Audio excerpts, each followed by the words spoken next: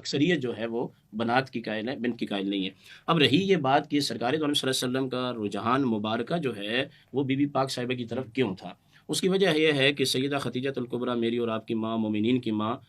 جب آپ کا وصال مبارکہ ہوا تو اس وقت سیدہ پاک کی عمر اتنی زیادہ نہیں تھی، اور انہوں نے سرکار دو عالم صلی اللہ تعالیٰ علیہ وسلم کی گود مبارک میں اور علم نشرح کے سینے میں زیادہ وقت گزارا۔ اور پھر دیگر جو آپ کی شہزادیاں تھیں وہ اپنے گھر بھی آباد کر چکی تھیں، چونکہ ان کا گھر جو آباد ہوا ہے وہ مدینہ المنورہ میں جا کے آباد ہوا ہے، تو انہوں نے زیادہ وقت پایا۔ اور پھر یہ قانون قدرت بھی ہے کہ آپ کی تینوں شہزادیاں ان سے پہلے دنیا سے چلی گئیں، تو اسلام کے معاملے میں اور پھر آپ کی نسل پاک کے معاملے میں سلسلہ نسب بھی یہیں سے چلا۔ سرکار دو عالم صلی اللہ علیہ وسلم نے ان کے لیے یہ بھی فرمایا کہ فاطمہ میری جان کا ٹکڑا ہے، اور جیسے کہ مجھ سے پہلے کہا گیا، روایت بیان کی گئی کہ جب وہ آتی تھیں، تشریف لاتی تھیں،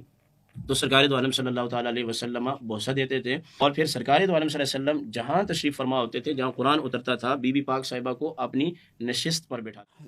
کہا کہ بنات سے اگر میں نے ایک لفظ بیٹی مراد لیا ہے تو میں نے یہ کہا کہ بیٹی ہمارے نزدیک ایک ثابت ہے، باقی یہ نہیں کہا کہ میں نے روحانی، میں کہا اعزازی طور پر۔ اعزازی طور پر یہ ہوتا ہے کہ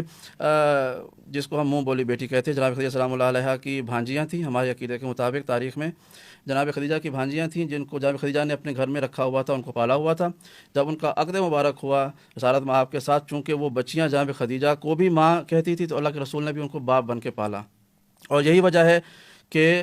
جب ان کے عقد وغیرہ اس زمانے میں ہوئے، اور ابھی مفتی صاحب نے خود ہی اپنے بات کی ایک تردید بھی کر دی کہ جناب سیدہ سلام اللہ علیہ کو، جو کہ ریکارڈنگ میں ہے تو ہم ظاہر ہے یہ تو نہیں کہہ سکتے کہ یہ جملہ ہم نے نہیں کہا، موجود ہے۔ مفتی صاحب نے فرمایا جناب سیدہ سلام اللہ علیہ کو یہ سارے فضائل اور مناقب صرف اس وجہ سے ملے چونکہ آپ رسول خدا کی صاحبزادی تھیں، تو تین اور بھی تھیں، تو ان کو سب کو یہ سب کچھ ملنا چاہیے تھا، وہ بھی جنت کی عورتوں کی سردار ہوتی، ان کے بارے میں بھی اٹھ کے استقبال کرتے، یہ سب کچھ ہوتا، کہیں نظر نہیں آتا۔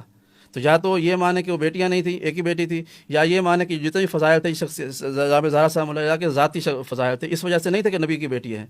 بلکہ ان کی ذات اتنی معتبر اور مقدس تھی کہ رسالت مآب جیسا شخص بھی ان کا احترام کرتا تھا اور دنیا کو بتاتاتھا۔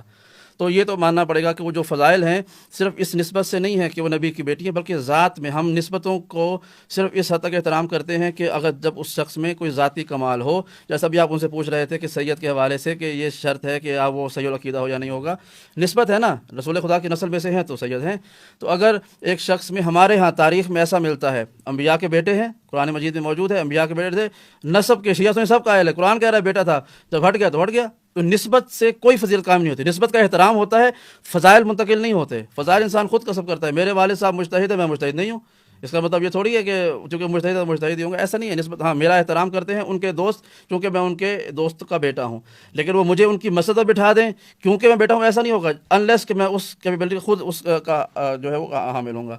جو جملہ کہا تھا بنات کے حوالے سے جو میرا عقیدہ ہے، اور انہوں نے صاحب نے فرمایا، مفتی صاحب نے، کہ ہم نے کل ازواج و بنات کا، جو لفظ بنات ہے وہ جمع ہے بنت کی، یہ ایک سے زیادہ بیٹیوں کے لیے نافذ ہوتا ہے۔ تو یہ تو پھر بڑی مشکل بات ہو جائے گی اگر ہم اس الفاظ کے لفظی معنوں پر جائیں گے، تو مفتی صاحب تو خدا کو بھی ایک ثابت نہیں کر پائیں گے۔ انا انزلناہ فی لیلۃ القدر، جمع کا صیغہ ہے، انا بھی اور انزلنا بھی، ہم نے نازل کیا، ایک سے زیادہ بنتا ہے۔ اب کوئی بھی مشرک کو کہے گا بھائی آپ تو کہہ رہے ہیں کہ اللہ ایک ہے، اور یہاں پہ خدا کہہ رہا ہے کہ ہم نے نازل کیا، انا نحن نزلنا الذکر، ہم نے اس ذکر کو نازل کیا، وانا لہ لحافظون، اور ہم ہی حفاظت کرنے والے ہیں، یہ سب جمع کے صیغے ہیں۔ اچھا، پھر ان تمام خداوند کریم کی ذات کو ایک طرف رکھتے ہوئے، چونکہ وہ بڑی احتیاط کی بات ہے، قرآن مجید کی ایک معروف آیت ہے کہ جو ایک بہت بڑا واقعہ ہے، فمن حاجک فیہ من بعد ما جاءک من العلم فقل تعالوا ندعو ابناءنا وابناءکم ونساءنا ونساءکم وانفسنا وانفسکم، تم اپنی عورتوں کو لے کے آؤ۔ نساء جمع ہے،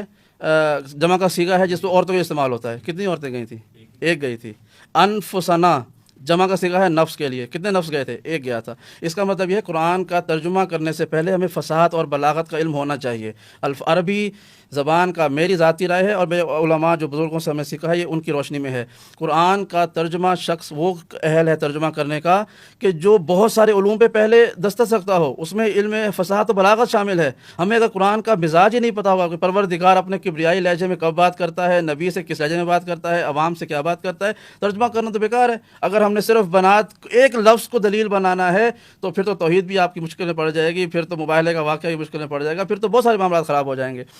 اس لیے لفظوں کی بحث نہیں ہے، بحث یہ ہے کہ تاریخ کیا بیان کرتی ہے۔